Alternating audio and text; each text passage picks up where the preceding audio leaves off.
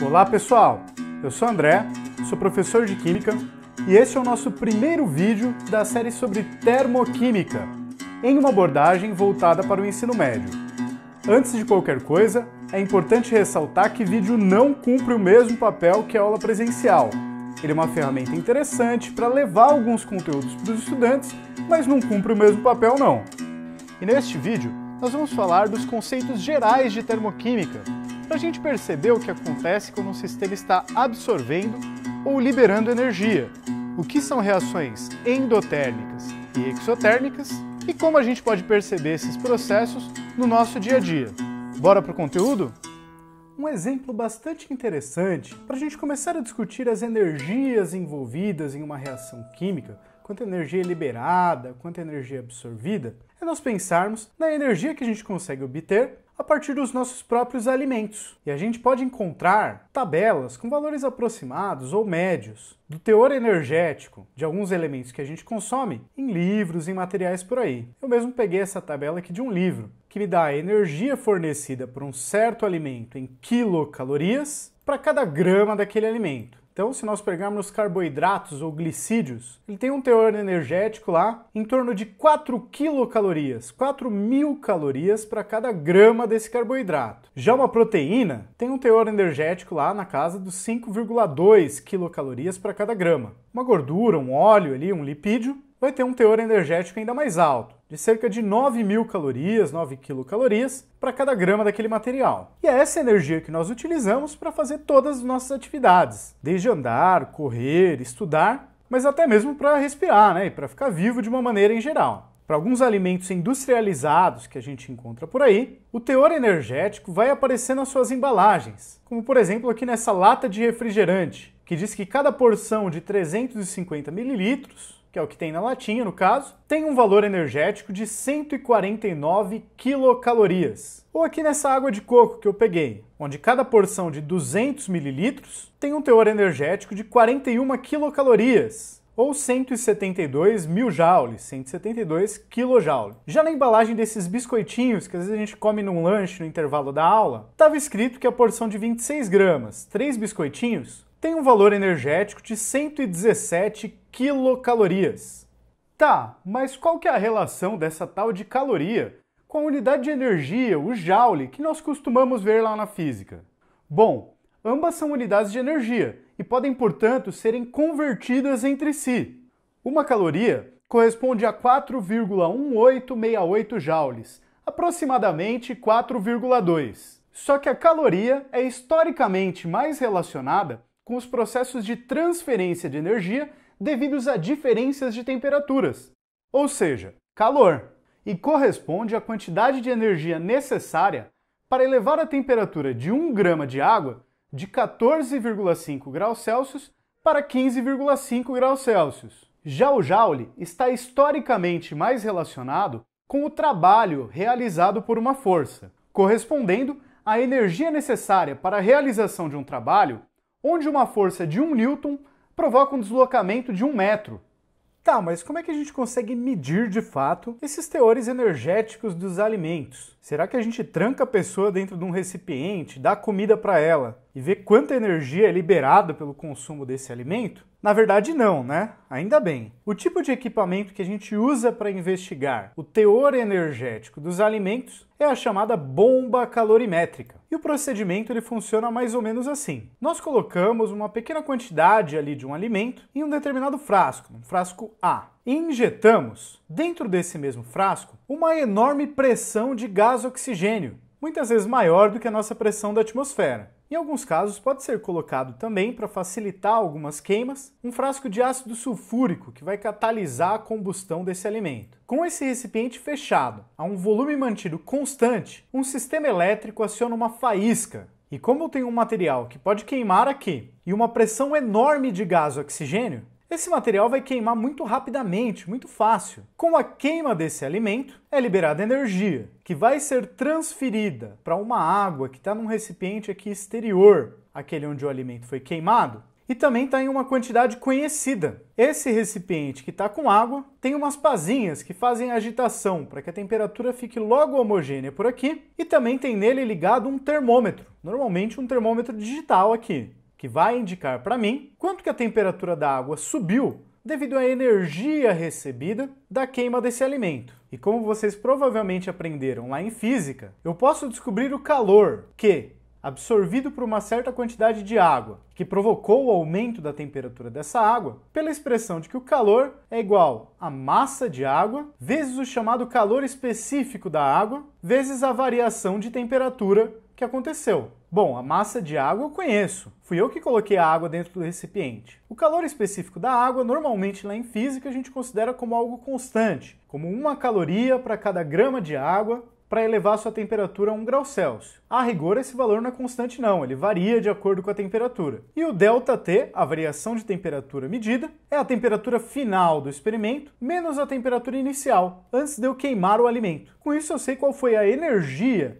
absorvida pela água pelo processo de calor entre o frasco que tinha o alimento que estava queimando e a água na qual ele está imerso. Reparem que neste experimento, a queima do alimento foi feita em um processo a volume constante. O recipiente estava fechado e tem paredes muito rígidas. Então o alimento queimou em um ambiente que o volume não variava. E por meio de alguns cálculos, eu posso transformar este valor obtido do experimento, do calor a volume constante, no calor correspondente que ocorreria com a queima desse alimento em um processo a pressão constante, um processo um pouco diferente. Não cabe aqui a gente entrar em muitos detalhes, não é importante para a nossa abordagem aqui do ensino médio, mas a diferença entre o calor a volume constante, que é o que eu medi no experimento, e o calor a pressão constante, que nós vamos usar como teor energético dos alimentos, é que o calor a pressão constante seria aquele que eu obtive no experimento, que é o calor a volume constante, mais um fator de correção, que seria o volume do recipiente vezes a variação da pressão ao longo desse processo. A pressão depois da queima menos a pressão antes da queima. Mas não se importem muito com isso, porque na nossa abordagem aqui, só o que nos interessa saber é que o teor energético dos alimentos corresponde ao calor que seria liberado na queima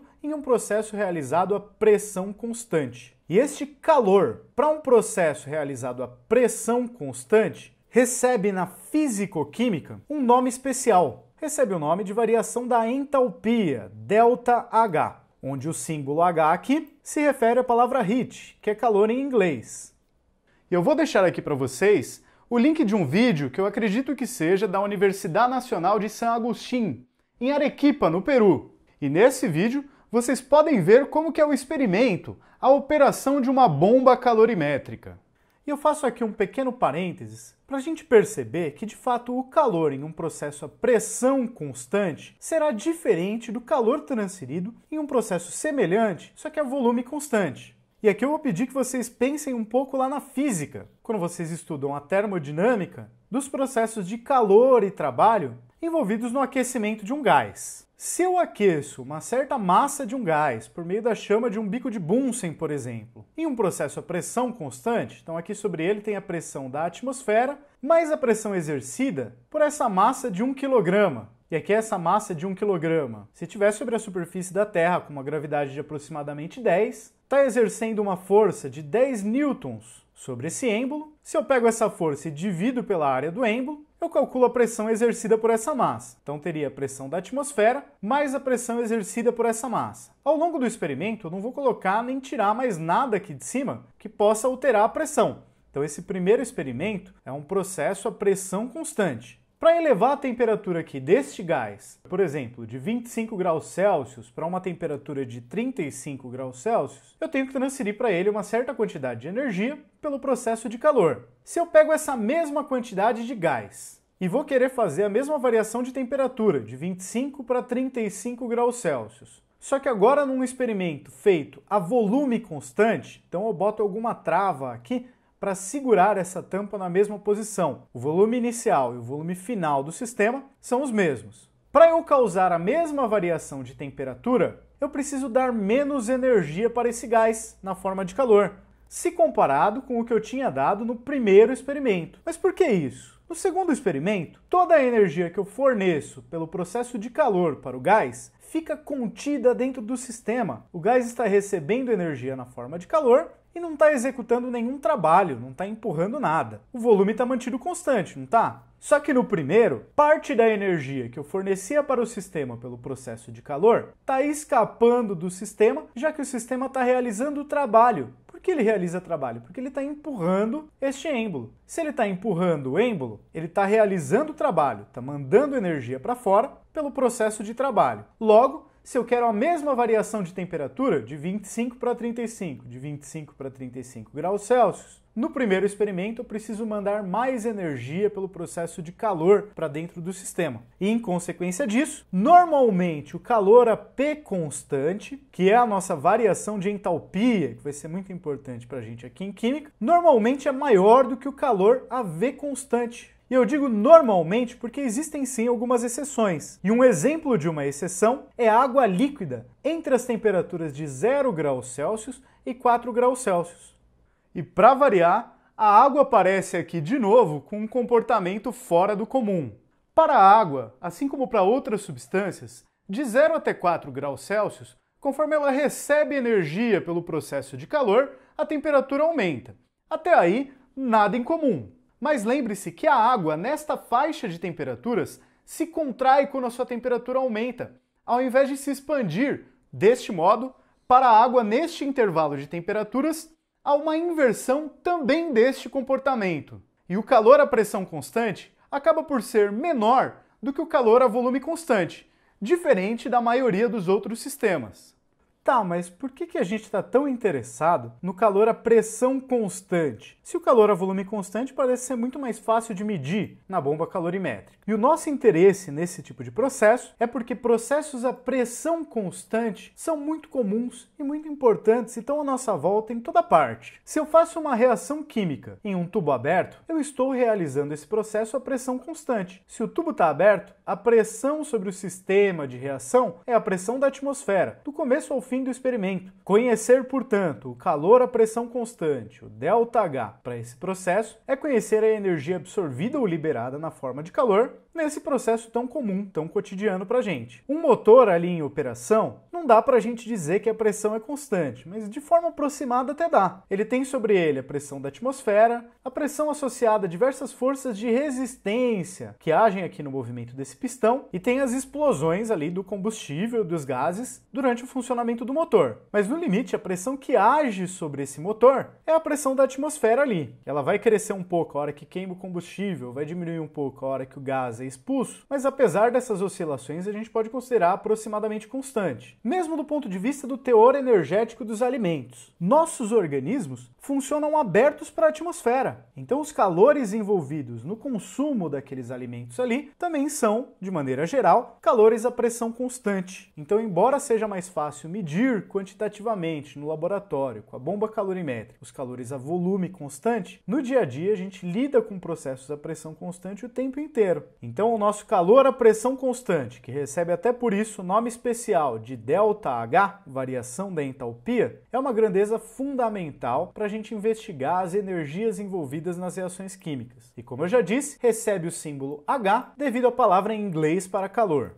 Tá, mas de onde vem essa energia de uma reação química? Tá aparecendo energia do nada vindo de dentro desse sistema? Ou tem energia do meio ambiente indo para o sistema e desaparecendo? Não. Aqui na química, assim como na física, existe a conservação de energia. As energias liberadas ou absorvidas por uma reação têm a ver com a energia contida nas ligações químicas de um determinado material. Eu vou deixar o link aqui em cima e, se precisar, você clica lá para a série de vídeos aqui do canal sobre ligações químicas. Mas eu vou pegar aqui para vocês lembrarem especificamente de uma coisa. Quando eu tenho dois átomos separados, não ligados entre si, e depois esses átomos são ligados entre si, a energia dos átomos separados é maior do que a energia dos átomos ligados entre si. Formar uma ligação química diminui a energia do sistema. A ligação química se forma pois os átomos foram por uma situação energeticamente mais estável, uma situação de mais baixa energia. Então átomos separados separados têm maior energia do que os átomos ligados, unidos entre si. Acontece que as reações químicas nada mais são do que quebra e formação de ligações químicas. Quebram-se as ligações de alguns dos átomos envolvidos nas substâncias reagentes e formam-se outras ligações químicas. Sempre que eu formo uma ligação química, uno dois átomos, o sistema, os átomos ali envolvidos diminuíram a sua energia. Se eles diminuíram a sua energia, como a energia se conserva, eles precisam mandar energia para fora, mandar energia para o meio externo. Juntou os átomos, o sistema joga a energia para fora. Por outro lado, quando eu quebro uma ligação química, para quebrar a ligação química eu preciso aumentar a energia do sistema, aumentar a energia dos meus átomos. Então, para quebrar uma ligação química, o sistema precisa receber energia. Então, o ambiente vai jogar energia para o sistema. Como a energia se conserva, para que a ligação seja quebrada e aqueles átomos vão para um estado de maior energia, precisa entrar energia do ambiente para dentro do sistema para que ele possa fazer isso. Como as reações químicas envolvem quebra e formação de ligações, a gente precisa fazer um balanço. Entrou mais energia no sistema ou o sistema mandou mais energia para fora? Deste modo, algumas reações químicas liberarão energia para fora. São as chamadas reações exotérmicas ou exotérmicas. Se libera energia, é exotérmica. E aqui no caso nós estamos falando de energia liberada na forma de calor quando o processo é realizado a pressão constante. Nessas reações exotérmicas, o sistema recebeu menos energia para que pudesse quebrar as suas ligações do que ele liberou quando as novas ligações foram formadas. Se ele recebe menos energia e libera mais energia, no balanço total ali, o que a gente percebe é que o sistema está mandando energia para fora. Reação exotérmica. Por outro lado, outras reações absorvem mais energia do que liberam. São as chamadas reações endotérmicas, onde a energia, na forma de calor a pressão constante, entra no sistema. Nesse tipo de reação, o sistema consumiu mais energia para quebrar as suas ligações químicas originais do que a energia que ele liberou depois para formar novas ligações. Como ele consumiu, absorveu mais energia do que liberou, no balanço total, o que nós conseguimos perceber é que está entrando energia do sistema vindo do ambiente. E para lembrar direitinho quem absorve e quem libera energia, eu gosto de fazer uma associação com palavras de outras áreas. Exotérmica começa com exo, assim como o exoesqueleto, que fica do lado de fora, ou como o êxodo rural, onde as pessoas vão embora do campo. E na reação exotérmica, a energia sai do sistema. Endotérmica me lembra endocrinologista, aquela pessoa que estuda as nossas glândulas que ficam lá dentro do corpo, dentre várias outras palavras que se referem a algo que está para dentro. Na reação endotérmica, a energia entra no sistema. Para a gente ir se acostumando aqui com a representação gráfica, que nós usaremos inclusive em outros temas posteriores, como a cinética química, se eu traço um gráfico com a entalpia aqui no eixo vertical, contra o desenvolvimento da reação no eixo horizontal, e eu tenho uma reação entre os reagentes A e B, A mais B, formando os produtos C e D, se a reação for exotérmica, o sistema mandou energia para fora, a entalpia dos produtos C e D será menor do que a entalpia dos reagentes. Afinal, o sistema mandou energia para fora. Já para uma reação endotérmica, também de reagentes A e B, formando produtos C e D, a entalpia dos produtos é maior do que a entalpia dos reagentes. Afinal, o sistema absorveu energia na reação endotérmica. Reação exotérmica, o sistema perdeu energia, a entalpia final é menor do que a inicial, ΔH menor do que zero. Na reação endotérmica, o sistema absorveu energia, a entalpia final é maior do que a inicial, ΔH maior do que zero. E o exemplo talvez mais comum, que a gente esteja mais acostumado de uma reação muito exotérmica, é a reação de combustão. Quando eu tenho a queima de um determinado combustível, o sistema, que são as moléculas ali daquele combustível, mais o oxigênio que está presente no ar, libera muita energia na forma de calor a pressão constante quando ocorre a reação. E aqui eu coloco de maneira genérica que é a reação do reagente A mais o reagente B com seus coeficientes Azinho e Bzinho de balanceamento, formando um produto C mais um produto D, também com os coeficientes de balanceamento. E em alguns livros, alguns materiais, é possível que você encontre que na reação exotérmica você forma os produtos C e D mais calor, como se o calor fosse um produto da reação química. A reação exotérmica libera calor. Nós sabemos que calor não é matéria, não é substância. Deste modo, essa representação aqui é um pouco imprecisa, mas ela é útil também porque facilita de vocês perceberem qual seria a nossa sensação ao entrar em contato com um processo exotérmico ou com um processo endotérmico. Se a reação é exotérmica, ela libera energia, manda a energia para fora, eu sinto quentinho a hora que eu estou em contato com esse sistema que está mandando energia para fora. A entalpia dos produtos é menor do que a dos reagentes, o sistema mandou energia para fora, mas como eu não sou o sistema, como eu sou a vizinhança, a minha sensação ao me deparar com um processo exotérmico é a sensação de que eu estou recebendo energia. O sistema mandou para mim que estou na vizinhança. Então essa representação aqui, onde eu tenho os produtos C e D, mais um certo valor lá, 100 quilocalorias, por exemplo, não é lá conceitualmente muito precisa, mas ajuda a gente a perceber. Se a partir da reação química, eu que sou vizinhança e não sou o sistema, estou recebendo calor dessa reação química, a reação é exotérmica. O jeito mais correto de representar essas energias envolvidas, no caso liberadas aqui por uma reação química, seria escrever a equação para a reação química e após a equação química escrever ΔH igual ao seu valor. Qual é a variação de entalpia naquele processo? Se a reação é exotérmica, a entalpia dos produtos é menor do que a entalpia dos reagentes, porque o sistema mandou energia para fora. Se ele mandou para fora, ele está com menos do que ele tinha inicialmente. Se a entalpia final é menor do que a entalpia inicial, o ΔH, que é a entalpia final menos a entalpia inicial, é algum valor negativo. A entalpia dos produtos menos a entalpia dos reagentes é menor do que zero, é negativo. A entalpia dos produtos é menor do que a entalpia dos reagentes. E um outro exemplo de uma reação exotérmica é a que acontece entre a cal virgem, o óxido de cálcio, e a água, formando como produto o hidróxido de cálcio, CaOH, entre parênteses, 2. Se você já fez esse tipo de reação, você percebeu que o recipiente ficou quente, ou seja, o sistema está mandando energia para fora. Sua entalpia final é menor do que a entalpia inicial. O ΔH para esse processo é negativo. A reação é exotérmica.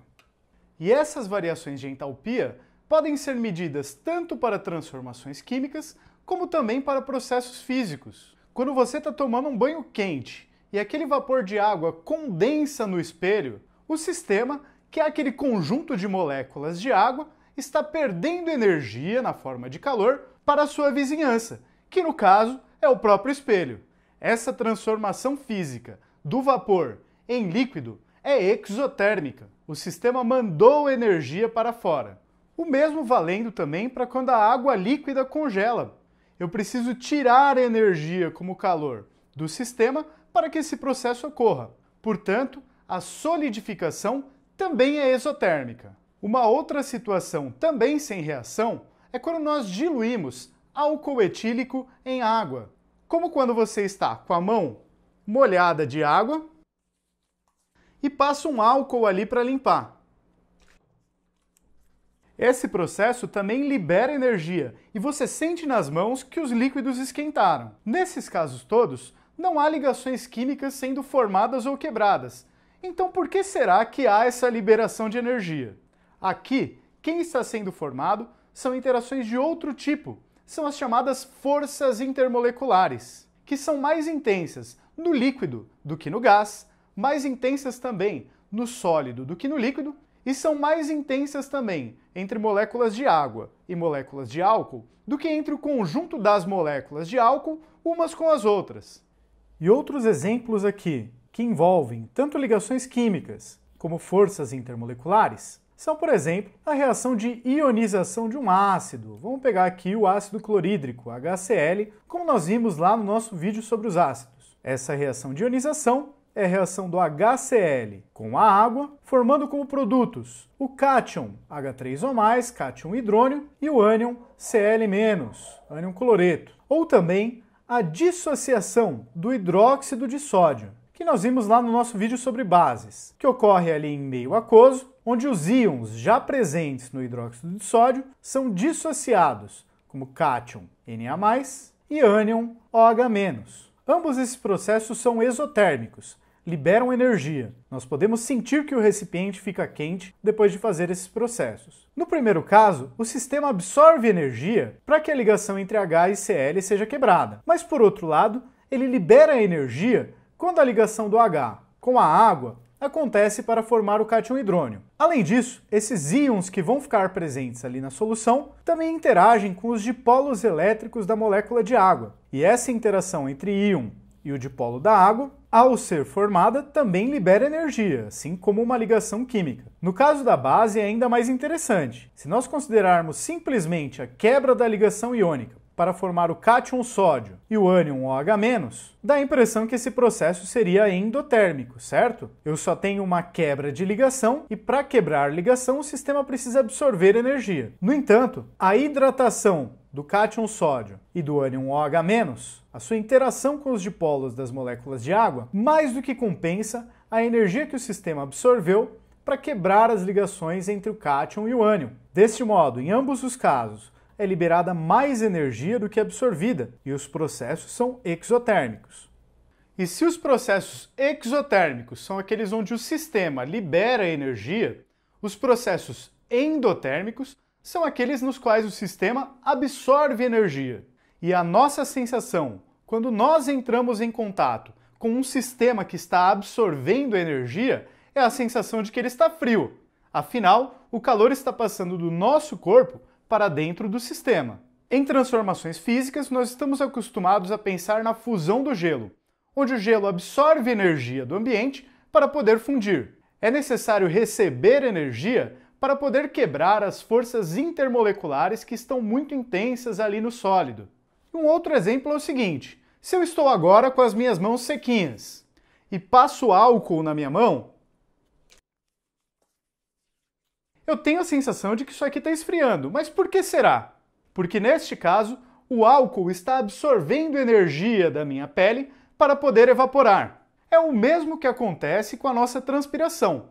Nós transpiramos para que a água do nosso suor absorva a energia do nosso corpo para poder virar vapor. Deste modo, a gente tem um mecanismo para evitar o superaquecimento do nosso corpo. Mas além dessas transformações físicas, há também algumas reações químicas que são evidentemente endotérmicas e absorvem muita energia, chegando até mesmo a congelar as vizinhanças, como é o caso da reação entre o hidróxido de bário e o cloreto de amônio, que está apresentado neste vídeo do Manual do Mundo, que eu vou deixar o link aqui disponível para vocês.